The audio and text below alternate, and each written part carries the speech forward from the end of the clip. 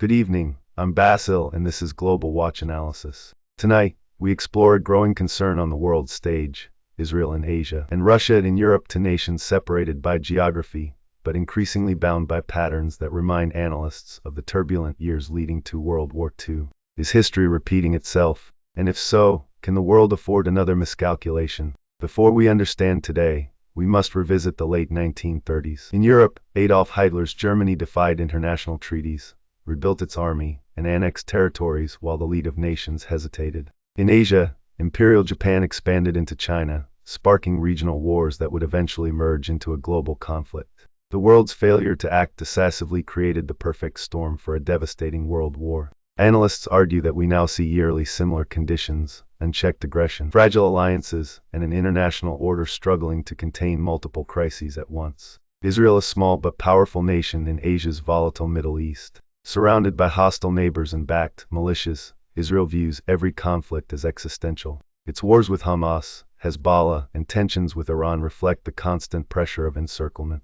Like Poland or Czechoslovakia before WWII, Israel is outnumbered, but determined, relying on military innovation and alliances to survive.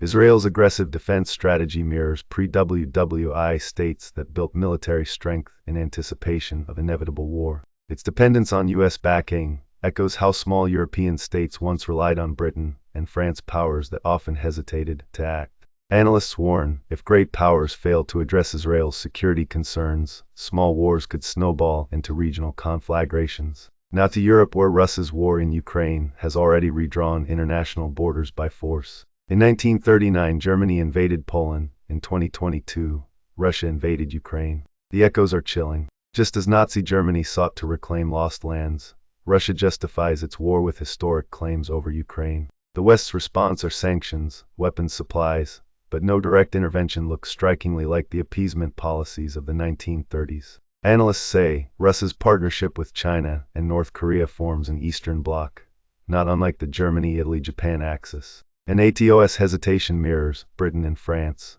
before World War II, caught between deterrence and escalation fears. Each passing year of war risks normalizing conflict in Europe, just as the 1930s normalized aggression until it exploded into global war. The striking parallel lies not in isolated events, but in their interconnectedness. In World War II, Europe and Asia were separate flashpoints that eventually fused into one global conflict. Today, Israel's Middle Eastern struggles and Russia's European war create two simultaneous fronts for the world's major powers. The U.S. finds itself stretched, supporting Israel, Ukraine, and containing China in the Pacific.